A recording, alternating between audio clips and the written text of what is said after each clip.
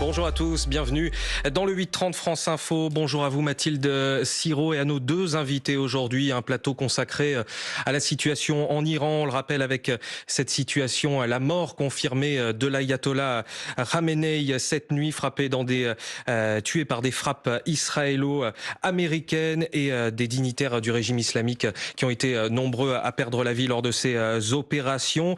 C'est le président Donald Trump qui l'a annoncé en premier hier soir. La grande nation iranienne, le grand esprit du pays et le grand leader de la nation islamique, l'imam Ali Khamenei, ont rejoint le royaume suprême en buvant le nectar du martyr pendant le mois sacré du Ramadan. Alors il s'agit du président iranien qui annonce donc la mort confirmée à la télévision iranienne d'Ali Khamenei. Autour de nous, nos deux invités donc aujourd'hui, Azadeh Kian, franco-iranienne, professeur de sociologie politique à l'université Paris-Cité. Vous êtes spécialiste de l'Iran et avec vous à vos côtés Guillaume Lasconde-Jarias. Bonjour à vous, historien militaire, professeur associé à Sorbonne Université. Ma première question s'adresse à vous, Azadeh Kian. Vous êtes originaire d'Iran. Vous avez bien sûr nombre d'interlocuteurs sur place. Est-ce que des informations vous parviennent malgré les coupures Internet? Et quelle est votre première réaction à cette mort d'Ali Khamenei? Écoutez, ce que je peux voir, c'est le soulagement de beaucoup d'Iraniens et la joie de beaucoup d'autres qui ont perdu leurs enfants ou leurs proches dans différentes manifestations, en prison, exécutés, etc., sous l'ordre de Khamenei. N'oublions pas que Ali Khamenei considérait ses opposants internes comme des ennemis. Et donc, de ce fait, il demandait à ce qu'on les réprime dans le sang. Le dernier en date, bien sûr, c'est le massacre d'environ 30 000 Iraniens qui étaient dans la rue à manifester en janvier. Donc, effectivement, son départ, sa mort, soulage beaucoup d'Iraniens. Et puis surtout, encore une fois, ceux qui ont perdu leur être cher sous l'ordre de Khamenei. En revanche, il y a aussi des pro-Khamenei qui sont en train de commémorer ceux qu'ils disent sont martyrs à Ispahan, à Téhéran, dans quelques autres villes. Est-ce que la mort d'Ali Khamenei, ça veut dire la mort du régime? Non. Parce que ce régime est un régime institutionnalisé et que, avant même le début des frappes américaines et israéliennes, le guide avait transmis ses pouvoirs à M. Ali Larijani, qui lui dirige le Conseil de sûreté nationale. Pardon. Et pour chaque commandant en chef, par exemple, des gardiens de la Révolution, de l'armée, etc., ils ont établi des remplaçants, des substituts, de sorte que si un tel est assassiné, il y en a d'autres qui vont effectivement le substituer afin que le régime puisse continuer. Donc, je ne pense pas qu'à l'heure actuelle, on peut dire que, puisque Khamenei n'est plus là, le régime va s'effondrer. Mais à terme, oui. Pourquoi? Parce que ça peut donner naissance à des rivalités importantes au sein des cercles du pouvoir entre déjà les gardiens de la Révolution et les civils. Est-ce que les gardiens vont accepter, par exemple, le pouvoir de Ali Larijani? J'en doute. Mais pour l'instant, ils travaillent tous ensemble afin de maintenir le système, le régime. Et jusqu'à quand cela, on va le voir assez rapidement, je pense. Azadeh Kian, le président américain Donald Trump a encouragé la population à se mobiliser, à retourner dans la rue. On le sait, la population est assez traumatisée par les répressions du mois de janvier. Est-ce que c'est un appel qui peut être suivi par le peuple iranien? Pas dans l'immédiat. Je pense que pour l'instant, les Iraniens sont sous la bombe. Moi, ce que je vois, c'est qu'il y a beaucoup d'inquiétudes de la part même de ceux qui sont contre le régime et qui sont très contents aussi de la disparition de Khamenei, par exemple, et d'autres, d'ailleurs, dirigeants iraniens. Mais en même temps, ils sont inquiets. Ils vont pas descendre dans la rue tout de suite. Ils descendront dans la rue lorsqu'ils sont sûrs, cette fois-ci, qu'il y aura plus de répression comme ils en ont subi, par exemple, au mois de janvier. Il faut comprendre aussi l'état d'esprit des Iraniens. En plus de ça, les populations à main vide ne sont pas en mesure de faire face aux gardiens de la Révolution, ni à l'armée et ni aux Basij, c'est-à-dire les milices qui sont armés jusqu'aux dents. Donc en fait, jusqu'à quel point est-ce que la population peut vraiment se constituer en alternative comme ça? Pour l'instant, je ne le pense pas. En revanche, il y a l'opposition qui est en train d'émerger de façon importante. Il y a aussi les minorités ethniques et religieuses en Iran, comme les Kurdes, les Baloutches et autres. Il y a aussi, bien sûr, des républicains iraniens qui viennent déclarer leur existence en Iran même, leur organisation, et puis bien sûr le fils du Shah d'Iran. Donc il y a un éventail d'opposants en Iran qui sont susceptibles effectivement d'agir dans les jours à venir, mais pas tout de suite. Guillaume Lasconjarias, historien militaire, je le rappelle pour nos auditeurs, il y a des frappes en riposte qui sont menées par l'Iran, et c'est peut-être la nouveauté de cette guerre, c'est que des pays du Golfe sont touchés, là où il y a des bases américaines, Bahreïn, le Qatar, l'Arabie Saoudite. Est-ce qu'on est face en ce moment à une escalade, à une surenchère de l'Iran qui vient de perdre la tête de sa République islamique, Ali Khamenei, la tête aussi, on l'a appris ce matin, de son armée avec la mort du chef d'état-major? Alors d'abord, il faut rappeler deux choses. C'est-à-dire que ma collègue le rappelait, vous avez déjà quelque chose d'institutionnalisé. Quand vous avez, notamment dans le domaine militaire, vous avez aussi des répliques, vous avez une hiérarchie, et donc de toute façon, vous avez une chaîne de commandement qui, elle, même quand elle est fragilisée, continue d'exister. Elle peut être décentralisée, elle peut se multiplier, et on le sait, la véritable question, c'est peut-être moins celle de ce nombre de répliques que de la durée de ces répliques. Il y a deux dimensions en réalité sur lesquelles il faut peut-être insister auprès des auditeurs et des spectateurs. D'abord, c'est le nombre de missiles et le stock de missiles dont dispose l'Iran. Ça, c'est une chose. On sait que depuis l'année dernière, ils l'ont sans doute augmenté. En revanche, le vrai sujet, c'est moins le nombre de missiles que le nombre de vecteurs. Parce que ces missiles, il faut pouvoir tout simplement les jeter, les propulser. Et le nombre de vecteurs, lui, c'est ça qui détermine et qui a vraiment l'aspect dirimant. Et ces répliques, qui pour l'instant sont encore relativement nombreuses et relativement arrivent à une forme de cadence que l'on peut observer. On l'avait aussi observé l'année dernière.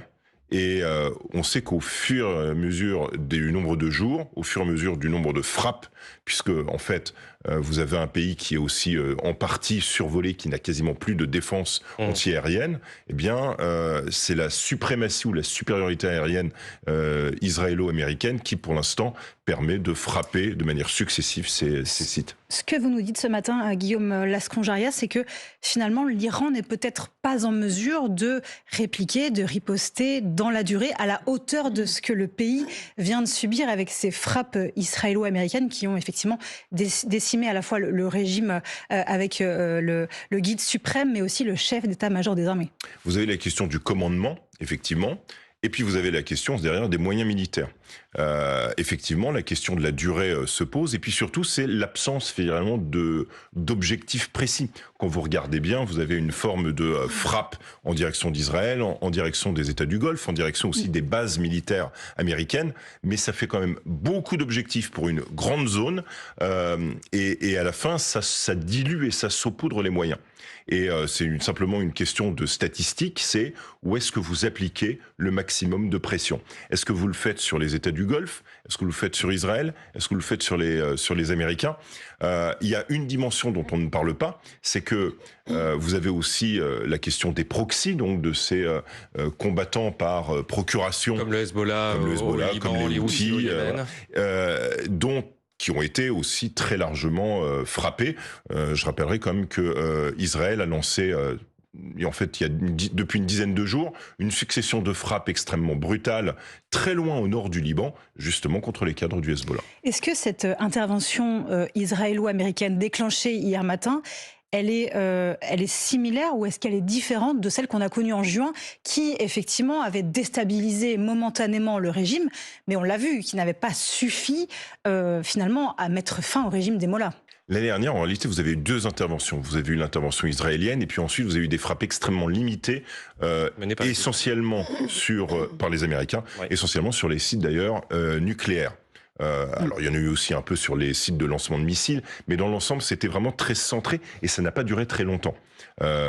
En revanche, la vraie différence que l'on peut observer, c'est que là, vous avez une forme déjà de coordination militaire beaucoup plus fine, et puis c'est plutôt une succession de frappes au scalpel sur les centres de commandement, sur les centres politiques, sur les centres militaires, sur les centres décisionnels. Ce qui laisse voir la question de la durée, c'est le nombre, à mon avis, d'avions de ravitaillement qui sont extrêmement nombreux. On n'en a jamais ou rarement eu autant dans la zone. Et puis, les centres aussi, ce qu'on appelle les avions AWACS de coordination aérienne, qui aussi laissent penser que l'opération, notamment dans le domaine aérien, va durer quelques jours. Pour vous, le but de guerre de Donald Trump dans cette histoire, il est politique avec la fin du régime islamique, ou est-ce qu'il est purement militaire, nucléaire, pour vraiment décimer tout le programme nucléaire iranien qui était en train de se construire? Alors la vraie question, mais là je me tournerai vers ma collègue, c'est est-ce qu'il est possible de dissocier les deux? C'est-à-dire que est-ce qu'il est possible pour un régime qui a quand même mis beaucoup de points et de cartes dans le domaine nucléaire de se séparer de cette dimension-là? On peut revenir sur les négociations qui étaient en cours, mais il y a un point important, c'est de montrer à quel point la politique que Trump mène est radicalement différente de celle pour laquelle il a été élu. Et donc le risque potentiellement politique qu'il prend si ça dure trop longtemps. Et il y a une seule chose que je soulignerai, c'est que dans son discours à la nation qu'il a enregistré, il souligne, la durée, et la potentialité de risque de vie de soldats américains. Ça, c'est véritablement un changement. Oui. On va évoquer justement encore cette situation militaire. On va parler de transition possible avec vous, Azadeh Kian, professeur de sociologie politique et franco-iranienne, avec vous, Guillaume Lasconde-Jarias, spécialiste militaire, historien militaire. On revient dans un instant après un nouveau tour complet de l'actualité à 9h moins le quart, et c'est avec Sarah Ders. La riposte de l'Iran et des missiles tirés ce matin vers Israël, des explosions entendues à Jérusalem, mais aussi dans les pays du Golfe. Donald Trump menace Téhéran de riposte militaire sans précédent en cas de représailles. Au Pakistan, des centaines de manifestants tentent de prendre d'assaut un consulat américain. Des foules dans le sud de l'Iran réclament vengeance pour la mort d'Ali Khamenei et ses proches. Un conseil provisoire va diriger le pays avec 3 hauts responsables, dont le président iranien. Avec l'escalade de violence au Moyen-Orient, l'Agence internationale de l'énergie atomique va tenir une réunion extraordinaire demain à la demande de la Russie, alliée de l'Iran. Le 62e salon de l'agriculture s'achève aujourd'hui. Il est moins fréquenté cette année, marqué par la colère agricole. Les syndicats dénoncent une trahison inacceptable après la décision de l'Union européenne d'appliquer le traité de libre-échange avec les pays du Mercosur. Si vous commandez des colis de moins de 150 € hors Union européenne, ils seront désormais taxés 2 € par article. Le texte entre en vigueur aujourd'hui. La France veut lutter contre l'afflux massif de petits colis venus d'Asie. France Info. Le 8-30 France Info, William Diacosta, Mathilde Siro. Et nous revenons bien sûr dans le détail sur cette situation ce matin dans le Golfe Persique et en Iran. Plus précisément avec nos 2 invités ce matin, on le rappelle, Azadeh Kian, vous êtes professeur émérite de sociologie franco-iranienne, et vous, Guillaume Lasconde-Jarias, vous êtes historien militaire, professeur associé à la Sorbonne Université. Je voulais revenir avec vous, Azadeh Kian, sur ce qui va se passer concrètement dans les prochaines heures. On sait qu'il y a un processus de transition qui va être mis en place. Qu'est-ce que ça veut dire concrètement ? Écoutez, encore une fois, Khamenei avait prévu son départ, si vous voulez, et donc il y a déjà ses pouvoirs sont maintenant aux mains de Ali Larijani. Mais en tant que chef ou Velayat al-Fari ou gouvernement d'un jurisconsulte, je pense que ça n'existera plus, même dans l'immédiat, puisque ce conseil qui est en train de se faire composé de président Pezeshkian, de chef du judiciaire qui lui était nommé par le guide et EGI, et qui, d'ailleurs, on a entendu parler qu'il avait été frappé aussi, mais visiblement, c'est pas le cas, et un membre de l'Assemblée des experts. Or, il revient à l'Assemblée des experts, qui sont constitués des religieux, de choisir le prochain guide, si le guide y en aura. Donc, en fait, ils sont en train de préparer cette transition-là, mais je pense que si ce régime reste au pouvoir, parce que là, on a beaucoup d'inconnus, tous les dirigeants n'ont pas été tués, ni au niveau des commandants en chef, des gardiens de la révolution, ni au niveau des dirigeants. Et donc, est-ce que à terme, il s'agit pour Trump de s'entendre avec une partie plus dite modérée du régime, ou est-ce qu'il va vraiment jusqu'au bout en éliminant tout le monde? La piste Reza Pahlavi, par exemple, qu'on évoque énormément, le fils du Shah, qui est une personnalité médiatique qui a quelques soutiens en Iran. Pour vous, c'est pas du tout une piste possible? Absolument pas. À lui seul, non. S'il y a une coalition... Pour l'incarner, pour être le visage, peut-être? Non, parce qu'il n'a pas le soutien nécessaire. Pour l'instant, on n'a vu aucun signe comme quoi, à lui seul, il pourra Alors qui pourrait l'être? Non, il faut une coalition. Il n'y a pas une personne. Lorsque vous parlez des républicains qui existent, il n'y a pas une personne. République veut dire on vote, les gens votent, et c'est seulement après qu'on saura qui sera à la tête. Mais moi, je vous parle d'une coalition, et pas seulement Reza Pahlavi, même si effectivement son nom est de temps en temps scandé en Iran, puisqu'il est le fils du Shah d'Iran. Mais en fait, les minorités ethniques et religieuses qui se battent contre ce régime depuis les 47 dernières années n'acceptent pas, ils l'ont dit à maintes reprises, de se soumettre, par exemple, au pouvoir du fils du Shah d'Iran, qui est absent de l'Iran pendant 47 ans, qui ne connaît pas le pays et qui n'a pas le soutien. Qui avait été chassé d'ailleurs par le pays d'une certaine manière, par la Révolution. Oui, comme beaucoup de personnes au sein de la diaspora. Donc, de toute façon, il n'a pas les structures et les institutions nécessaires pour parvenir au pouvoir. Raison pour laquelle, pour moi, c'est un inconnu. Est-ce que Trump parviendra à s'entendre avec quelqu'un comme le président Rouhani, par exemple, qui, lui, était pour, d'ailleurs, la suspension de l'enrichissement, ou voire l'enrichissement zéro. L'ancien président de l'Iran, avant Massoud Pezeshkian, avant même. Il a essayé de peser dans les négociations qui étaient en cours jusqu'à jeudi dernier entre l'Iran et les États-Unis. Il n'a pas pu, puisque Khamenei n'a pas voulu. Maintenant que Khamenei n'est plus là, est-ce que, par exemple, les gens comme Rouhani vont essayer de peser et afin de diriger le pays d'une autre façon, de façon différente par rapport à Khamenei. Tout ça, ce sont des inconnus, c'est trop tôt pour le dire. Trump mise sur le renversement de ce régime, mais il dit qu'il a une très bonne idée de qui pour Absolument, remplacer. Il l'a dit, mais moi, j'ai pas une bonne idée. On sait que c'est du bluff. Il faut lui poser la question, mais voilà, il faut à ce moment-là que l'ensemble de l'armée, encore une fois, et des gardiens, des milices, acceptent cette personne-là. Ça n'est pas le cas pour l'instant, parce que c'est trop tôt. Ils sont, vous le voyez, ils sont en train de commémorer le martyre, disent-ils, de Khamenei. Il y a encore quelques pourcentages de la population iranienne, 5-10%, je ne sais pas exactement, qui restent fidèles au régime. Et bien évidemment, les forces armées n'ont pas fait de défection pour l'instant. Si la guerre continue, effectivement, peut-être dans les semaines à venir, on pourra voir des signes de défection, mais pour l'instant, ça n'est pas le cas. Et c'est trop tôt de parler de succession de ce régime. Pour l'instant, je ne vois pas. Oui, il y a beaucoup d'inconnus. Il est toujours en place. Guillaume Lasconjarias, historien militaire, on le rappelle. Comment est-ce que vous nous disiez juste avant qu'effectivement, il y avait un revirement dans la politique de Donald Trump, qui se faisait fort d'être un président pacifiste, de mettre fin à toutes ces interventions américaines. Finalement, là, on le voit, il renoue avec cet interventionnisme. Comment est-ce que vous interprétez ce revirement, et qu'est-ce qui a été pour vous l'élément déclencheur? Est-ce qu'il n'est pas en train finalement de faire le sale boulot en Iran? Alors, je pense qu'il faut quand même être assez prudent. Est-ce que c'est vraiment un changement total de doctrine de la part de Trump, ou est-ce que on est toujours dans ce remodelage international, ce qu'il appelle lui-même la paix par la force, et qu'il a été plus ou moins théorisé par les travaux de la Heritage Foundation. Ce qu'il faut bien voir, c'est qu'il y a peut-être deux dimensions nouvelles.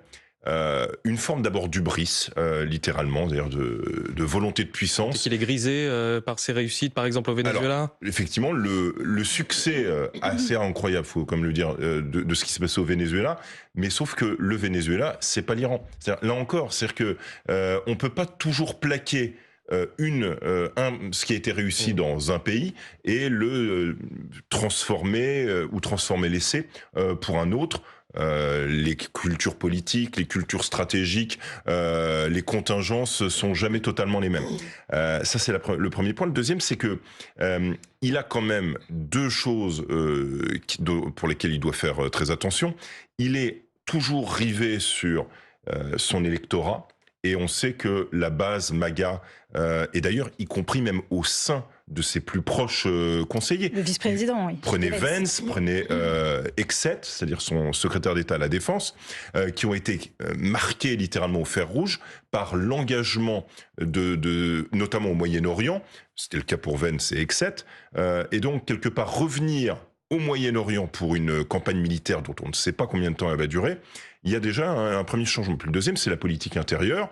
On sait que pour Trump, il faut avoir des quick wins, il faut avoir soit des deals, soit des moyens de négocier et des victoires rapides. Surtout que ça ne va pas très bien en ce moment niveau économique et si on ajoute l'affaire Epstein par-dessus. Alors, il est toujours possible, dans l'histoire des États, le fait de transformer l'essai en portant et en jetant un effet de loupe sur une intervention extérieure, c'est quelque chose, un peu une recette aussi vieille que le monde. Sauf que, généralement, il y a un effet de retour de flamme, généralement assez brutal. Et puis, il y a une vraie interrogation. Si la campagne militaire dure, alors il y a beaucoup de si, s'il y a des pertes américaines importantes, s'il y a, par exemple, un bâtiment de guerre qui est atteint et qui, même s'il ne coule pas, mais s'il est suffisamment profondément touché, qu'est-ce que cela veut dire et est-ce que l'électeur américain l'oubliera ou ne l'oubliera pas dans ce qui aura lieu dans 6 mois, c'est-à-dire les midterms. C'est-à-dire qu'il faut aussi peser à l'aune de la politique intérieure américaine, ce qui est en train de se passer dans la politique extérieure. La question qu'on peut se poser avec vous, Azadekian, c'est quelle est finalement l'image de ce président américain en Iran? Est-ce que là, il est finalement accueilli comme une espèce de sauveur ou est-ce que c'est un peu plus compliqué que ça? Écoutez, ça dépend de qui on parle. Effectivement, l'Iran a 90 millions de population. C'est un grand pays, 3 fois la taille de la France. Et les Iraniens n'ont pas une seule opinion, mais il y a une divergence. Les opinions sont différentes et divergentes. Alors, il y en a bien évidemment qui sont très contents de Trump parce que c'est lui qui a décidé de frapper les dirigeants iraniens, de frapper, tuer Khamenei par exemple. Donc, ils trouvent leur compte dans ce que fait Trump à l'heure actuelle. Il y en a d'autres qui sont contre la guerre et qui sont contre les interventionnismes américains en Iran et donc forcément sont très contre Trump également, sachant que Trump essaye effectivement d'imposer sa volonté à travers bien sûr sa puissance, son armée aux autres pays et ça peut pas être accepté par tout le monde, bien sûr. Donc, en fait, je pense que l'opinion iranienne est très, très divisée, même si une majorité des Iraniens sont contents que Khamenei ne soit plus là parce que, vous savez, il ne faut pas oublier dans toutes les manifestations en Iran, le seul slogan fédérateur, c'était « mort à Khamenei » et ça y est, il est mort. Donc en fait, voilà, c'est comme une vengeance de ces personnes dont les familles ont été tuées. Et d'ailleurs, n'oublions pas, il y a 50 000 prisonniers politiques à l'heure actuelle en Iran, dans les prisons iraniennes. C'est très inquiétant parce que le régime peut se venger sur ces prisonniers-là. Guillaume Lascandjarias, je voudrais vous faire réagir très rapidement à cette déclaration d'Emmanuel Macron hier qui dit que la France n'a pas été prévenue, qu'elle n'a pas été impliquée. Qu'est-ce que ça dit de la position de notre pays dans ce qui se passe dans cette zone qui, historiquement, a été une zone où la France s'est impliquée? Alors, effectivement, c'est quelque chose... Je pense que, déjà... Paris n'est pas seul à avoir eu une remarque relativement prudente. Vous avez eu de la part d'autres capitales européennes, Berlin et Londres, la même attitude. Londres a participé à des opérations défensives, contrairement à la France pour l'instant. Ce que ça veut dire, surtout, c'est que c'est pas seulement la position de la France, c'est généralement l'Europe qui n'est pas véritablement impliquée dans cette dimension.